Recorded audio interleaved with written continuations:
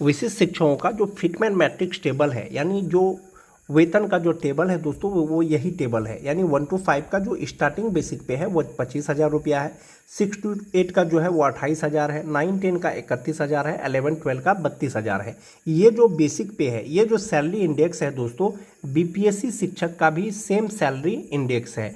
फर्क इतना है, जो स्थानीय निकाय के शिक्षक परीक्षा पास किए हैं, नियमावली के कंडिका 8 के अनुसार उन्हें वेतन संरक्षण मिलेगा। इसमें दिया गया है कि विशिष्ट शिक्षक स्थानीय निकाय नियमावली 2020 के तहत उन्हें प्रदान किए गए पूर्ण वेतन संरक्षण यानी पे प्रोटेक्शन प्राप्त करेंगे। यानी नियोजित रहते हुए उनका जो मूल वेतन था, बेसिक पे था, वो विशिष्ट शिक्षक बनने के बाद उनका कम नहीं होगा। इसके अलावा इस नियमावली के प्रभावी होने पर उनका वेतन फिटमेंट मैट्रिक्स के अनुसार देय होगा। अन्य भत्ते राज्य सरकार की प्रचलित दरों के अनुसार महंगाई भत्ता, मकान किराया भत्ता, चिकित्सा भत्ता आदि उसको दिया जाएगा। और विशिष्ट शिक्षकों के लिए एक फिटमेंट मैट्रिक्स टेबल दिया गया है। इस फिटमेंट मैट्रिक्स टेबल के अनुसार जो स्टार्टिंग बेसिक पे है 25,000 1 to 5 का, 6 to 8 का 28,000, 9 10 का 31,000, 11 12 का 32,000, इसी के आधार पर फिलहाल विशिष्ट शिक्षकों को वेतन का भुगतान किया जा रहा है। वेतन निर्धारण की प्रक्रिया शुरू हो गई है दोस्तों। जैसा कि आप सभी जानते हैं, राज्यकर्मियों को एचआरएमएस पोर्टल के द्वारा वेतन का भुगतान किया जाता है। वेतन निर्धारण के लिए जो विशिष्ट शिक्षकों का बेसिक पे का चार्ट था, ये वाला चार्ट जो था वो एचआरएमएस पोर्टल पर अपडेट नहीं किया गया था। यानी कि सभी जो बेसिक पे है, मूल वेतन है, उस पर शो नहीं कर रहा था, जिसके कारण से एचआरएमएस पर वेतन निर्धारण करने पर दिक्कत हो रहा था, समस्या आ रही थी। अब उसका निराकरण कर दिया गया है दोस्तों। सभी बेसिक पे को एचआरएमएस पोर्टल पर अपडेट कर दिया गया है। अब जो है विशिष्ट शिक्षकों का वेतन निर्धारण होगा ये फिटमेंट मैट्रिक्स टेबल के अनुसार कि किसका बेसिक पे कहां पर फिट आएगा, और इसी के आधार पर वेतन निर्धारण होगा। और जो अंतर वेतन होगा वो एरियर के रूप में मिलेगा। एक ये चीज हो गया दोस्तों। विशिष्ट शिक्षक और बीपीएससी शिक्षक जब राज्यकर्मी है, राज्यकर्मी का तो ये फिटमेंट मैट्रिक्स टेबल दिया गया है, उसका बेसिक पे दिया गया है। लेकिन जो भी राज्यकर्मी है दोस्तों, उसका एक पे लेवल होता है, एक पे इंडेक्स होता है, एक पे बैंड होता है, यानी राज्यकर्मियों का, जिसके आधार पर 7th पे कमीशन के द्वारा जो पे स्ट्रक्चर तैयार किया गया है दोस्तों, उसके अनुसार। लेकिन 7th पे स्ट्रक्चर जो राज्यकर्मी के लिए जो बनाया गया है, उसमें कहीं पर भी ये जो बेसिक पे है 25,000, 28,000, 31,000, 32,000, उसमें फिट नहीं आ रहा है या नहीं है। आने वाले समय में आपको पता चलेगा दोस्तों कि विशिष्ट शिक्षक विद्यालय अध्यापक जो राज्यकर्मी हैं, अन्य राज्यकर्मियों के जैसा, इनके लिए पे लेवल होगा या नहीं होगा, 7th पे कमीशन का लाभ मिलेगा या नहीं मिलेगा, या 8th पे कमीशन का लाभ मिलेगा या नहीं मिलेगा। जहां तक बात 7th पे कमीशन का है दोस्तों, 7th पे कमीशन का जो स्टार्टिंग बेसिक पे है वो 25,500 से है, और ये लेवल 4 में आता है, ये लेवल 4 में आता है। जो 6 to 8 का बेसिक पे 28,000 रुपया है दोस्तों, 28,000 रुपया आप देखेंगे यहाँ पर कहीं पर भी नहीं आ रहा है, वो लेवल 5 में 29,200 रुपया होता है। इसी तरह से 9 10 का, इसी तरह से 11 12 का वो बेसिक पे बढ़ता जाता है। जब आने वाले समय में यदि आपको 7th पे कमीशन का लाभ दिया जाएगा दोस्तों, आपका बेसिक पे यही लेवल 4, लेवल 5, लेवल 6, लेवल 7 में जहाँ पर फिट आएगा वो आपको पे स्ट्रक्चर के आधार पर, बेसिक पे के आधार पर वो आपको वेतन मिलेगा। ये जो बेसिक पे हो जाएगा, उसके बाद जो डीए है, महंगाई भत्ता है, जो भी हो 55%, 58% जो उस समय का होगा वो जोड़ के मिलेगा। एचआरए जो भी होगा 7.5%, 10%, उसके आधार पर वो आपको कैलकुलेट करके मिलेगा। लेकिन 7th पे कमीशन का अगर लाभ दिया जाएगा दोस्तों, जो 1 to 5 के शिक्षक हैं उनका जो पे स्ट्रक्चर यानी बेसिक पे जो फिट बैठेगा वो लेवल 4 में बैठेगा, जो 6 to 8 के हैं लेवल 5 पे बैठेगा, इसी तरह से लेवल 6, लेवल 7 यानी 9 10 11 12 का होगा। तो ये 7th पे स्ट्रक्चर है दोस्तों। इसके आधार पर फिलहाल विशिष्ट शिक्षक और बीपीएससी शिक्षकों को बेसिक पे नहीं दिया जा रहा है। जहां तक बात वेतन विसंगति का है दोस्तों, विशिष्ट शिक्षकों का जो वेतन है उसमें विसंगतियां हैं। जैसे वेतन निर्धारण नहीं हो पाया है। जो 2003 के शिक्षक परीक्षा पास करने के बाद विशिष्ट शिक्षक बने हैं, उनको भी 25,000 बेसिक पे के आधार पर वेतन मिल रहा है। जो 2022 के शिक्षक हैं उनको भी 25,000 बेसिक पे के आधार पर मिल रहा है। तो ये विसंगतियां हैं दोस्तों। जब वेतन निर्धारण हो जाएगा, संभवतः सबका वेतन जो है बढ़ जाएगा, अलग अलग हो जाएगा। ये एक पत्र है दोस्तों 23 दिसंबर 2024 का शिक्षा विभाग बिहार पटना के द्वारा जारी किया गया है। इसका पुनरावलोकन करना चाहेंगे। ये आदेश है दोस्तों, क्या विभागीय संकल्प संख्या 1157 दिनांक 19 अगस्त 2020 के द्वारा पंचायती राज संस्थानों एवं नगर निकाय संस्थानों अंतर्गत कार्यरत शिक्षकों एवं पुस्तकालय अधीक्षकों के वेतन संरचना में सुधार करने के उद्देश्य से 1 अप्रैल 2021 को देय वेतन में 15% वृद्धि करने का निर्णय लिया गया। उसके बाद है दोस्तों कि पुनः उक्त के परिप्रेक्ष्य में वर्धित दर से वेतन के निर्धारण हेतु वित्त विभाग के परामर्श से विभागीय आदेश के ज्ञापांक 1816 दिनांक 12 नवंबर 2021 के द्वारा पूर्व से निर्गत पे मैट्रिक्स को पदस्थापित करते हुए 1 अप्रैल 2021 को वित्तीय लाभ अनुमान्य किया गया। विभागीय आदेश संख्या 1816 दिनांक 12 नवंबर 2021 के कंडिका 7 में यह स्पष्ट है कि पे मैट्रिक्स में वेतन निर्धारण में यदि किसी शिक्षक या पुस्तकालय अध्यक्ष का मूल वेतन अपने कनीय शिक्षक पुस्तकालय अध्यक्ष से कम निर्धारित हो तो उनका मूल वेतन कनीय शिक्षक के मूल वेतन के अनुरूप निर्धारित किया जाएगा। अतः सभी संबंधित को निर्देश है कि उक्त के परिप्रेक्ष्य में कार्रवाई करना सुनिश्चित करें। इसमें तो ये है दोस्तों कि आपके विद्यालय में यदि कोई कन्य शिक्षक हैं और आपका यदि वेतन कन्य शिक्षक से कम है तो ऐसा नहीं होगा, वरीय शिक्षक का वेतन हमेशा ज़्यादा होगा।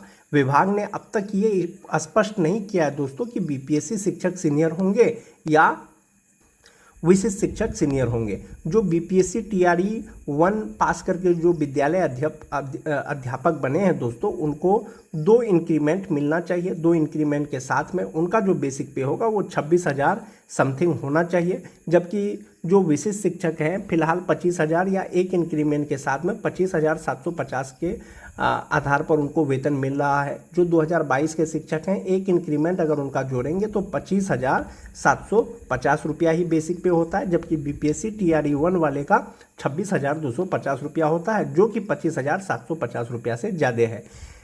अगर विशिष्ट शिक्षक सीनियर होंगे दोस्तों, संभवतः जो विद्यालय अध्यापक है टीआरई 1 वाले, उससे जो है बेसिक पे विशिष्ट शिक्षकों का ज़्यादा होगा। ये आपको आने वाले समय में पता चलेगा दोस्तों विभाग इस पर क्या निर्णय लेती है।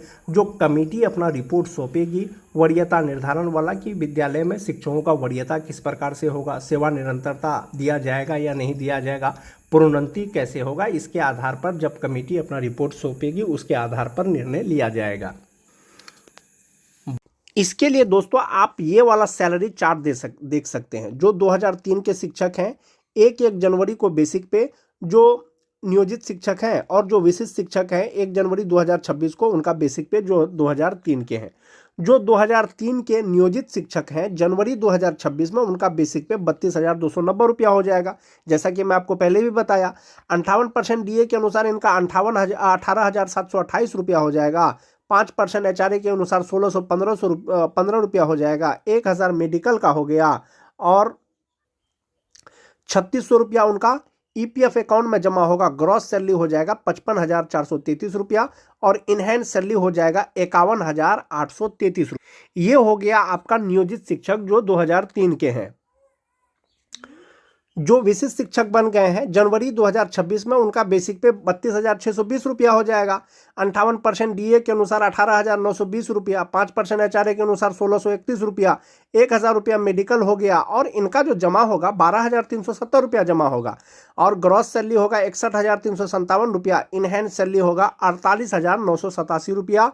जो 2003 के शिक्षक विशिष्ट शिक्षक बन गए हैं, तो आप यहाँ पर जो उनका वेतन का अंतर है वो आराम से देख सकते हैं कि जो 2003 के नियोजित शिक्षक हैं उनका ग्रॉस सैलरी होता है 55,433 रुपया, जबकि विशिष्ट का होता है 61,357 रुपया।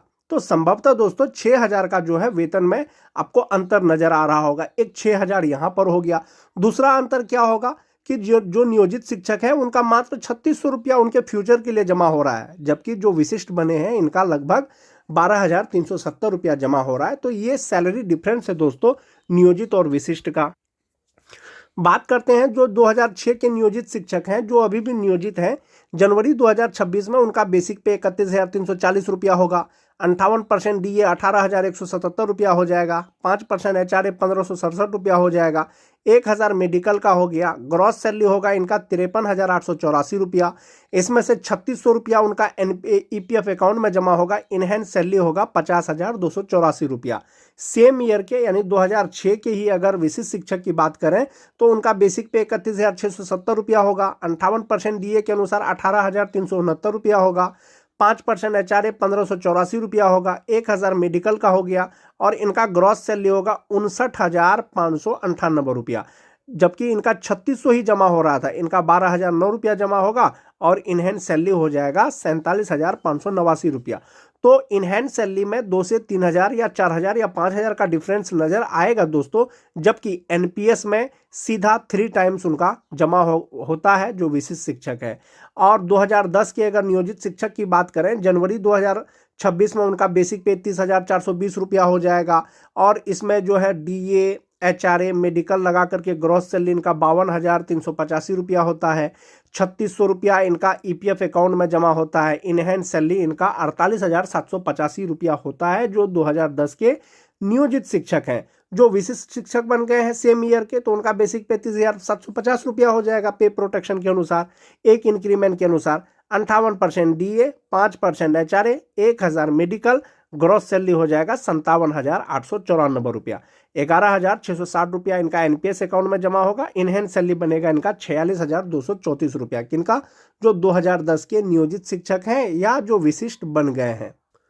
जो TT पास शिक्षक हैं जो अभी तक सक्षमता परीक्षा नहीं दिए हैं, जनवरी 2026 में 27,820 रुपया उनका बेसिक पे होगा, 58% DA के अनुसार 16,136 रुपया होगा, 5% HRA के अनुसार 1,391 रुपया होगा, 1,000 मेडिकल हो गया, ग्रॉस सैलरी हो जाएगा 48,147 रुपया, 3,600 रुपया उनका EPF अकाउंट में जमा होगा, इनहेंस सैलरी बनेगा इनका 44,547 रुपया। अगर जो विशिष्ट शिक्षक बन गए हैं उनका हो जाएगा बेसिक पे आने वाला मंथ में वो हो जाएगा 28,140 रुपया, यानी जनवरी 2026 में 58% DA, 5% HRA मेडिकल लगा करके जो ग्रॉस सैलरी होगा उनका 53,063 रुपया होगा, 10,671 रुपया उनका NPS अकाउंट में जमा होगा और इनहेंस सैलरी हो जाएगा 42,392 रुपया। जो छठा फेज वाले नियोजित शिक्षक हैं उनका 23,280 रुपया हो जाएगा, 58% DA, 5% HRA मेडिकल लगा करके ग्रॉस सैलरी 40,746 रुपया हो जाएगा, 3,600 रुपया उनका जो है EPF अकाउंट में जमा होगा, इनहेंस सैलरी 37,146 रुपया होगा, जबकि जो विशिष्ट शिक्षक बन गए हैं उनका बेसिक पे 25,750 रुपया के अनुसार जो ग्रॉस सैलरी होगा वो 48,638 रुपया होगा, 9,764 रुपया इनका NPS अकाउंट में जमा होने के बाद इनहेंस सैलरी 38,874 रुपया होगा। तो आप एक चीज ये देख रहे होंगे दोस्तों, जो नियोजित शिक्षक है जनवरी 2026 में जो 2003 के शिक्षक हैं उनका इनहेंस सैलरी होगा 51,833 रुपया, जो विशिष्ट शिक्षक हैं उनका इनहेंस सैलरी होगा 48,987 रुपया, जो नियोजित शिक्षक हैं उनका ग्रॉस सैलरी होता है 55,433 रुपया और जो विशिष्ट शिक्षक हैं उनका होता है 61,357 रुपया। तो ये आपको सैलरी डिफरेंस दिख रहा होगा दोस्तों, जबकि EPF अकाउंट में नियोजित शिक्षक का 3,600 रुपया जमा होता है, जबकि 2003 के जो विशिष्ट शिक्षक हैं उनका 12,370 रुपया होगा। तो ये जो सैलरी डिफरेंस है आपको सभी प्रकार के शिक्षक में देखने को मिलेगा। जो 2006 के जो नियोजित शिक्षक हैं उनका इनहेंस सैलरी होगा 50,284 रुपया, जो विशिष्ट शिक्षक हैं उनका होगा 47,589 रुपया, जो ग्रॉस सैलरी है नियोजित का 53,884 रुपया होता है, जबकि जो विशिष्ट बन गए हैं उनका 59,598 रुपया होगा। जो 2010 के शिक्षक हैं नियोजित शिक्षक का इनहेंस सैलरी बनेगा जनवरी 2026 से 48,785 रुपया, जबकि विशिष्ट शिक्षक का इनहेंस सैलरी होगा 46,234 रुपया। तो आपका यहाँ पर देख सकते हैं कि ग्रॉस सैलरी उनका 52,385 रुपया होता है, जबकि विशिष्ट का 57,894 रुपया होता है। TT पास शिक्षक की बात करें तो नियोजित का 44,547 रुपया बनता है, जबकि नियोजित विशिष्ट शिक्षक का 42,392 रुपया बनता है। जो छठा फेज के शिक्षक हैं 1 to 5 का उनका 37,146 रुपया बनता है, जबकि विशिष्ट का 38,874 रुपया बनता है। तो इस प्रकार से दोस्तों जो नियोजित शिक्षक हैं सभी प्रकार का उनका फ्यूचर के लिए जो जमा होता है सिर्फ और सिर्फ 3,600 रुपया जमा होता है उनके EPF अकाउंट में, जबकि आप अगर विशिष्ट शिक्षक का देखेंगे तो सभी प्रकार के शिक्षक का अलग अलग है। 2003 का होगा 12,370 रुपया जमा होगा, जो 2006 के हैं 12,009 रुपया जमा होगा, जो 2010 के हैं 11,660 रुपया जमा होगा, जो टीटी पास शिक्षक हैं 10,671 रुपया जमा होगा, और जो छठा फेज वाले हैं यानी 2022 वाले हैं 9,764 रुपया जमा होगा।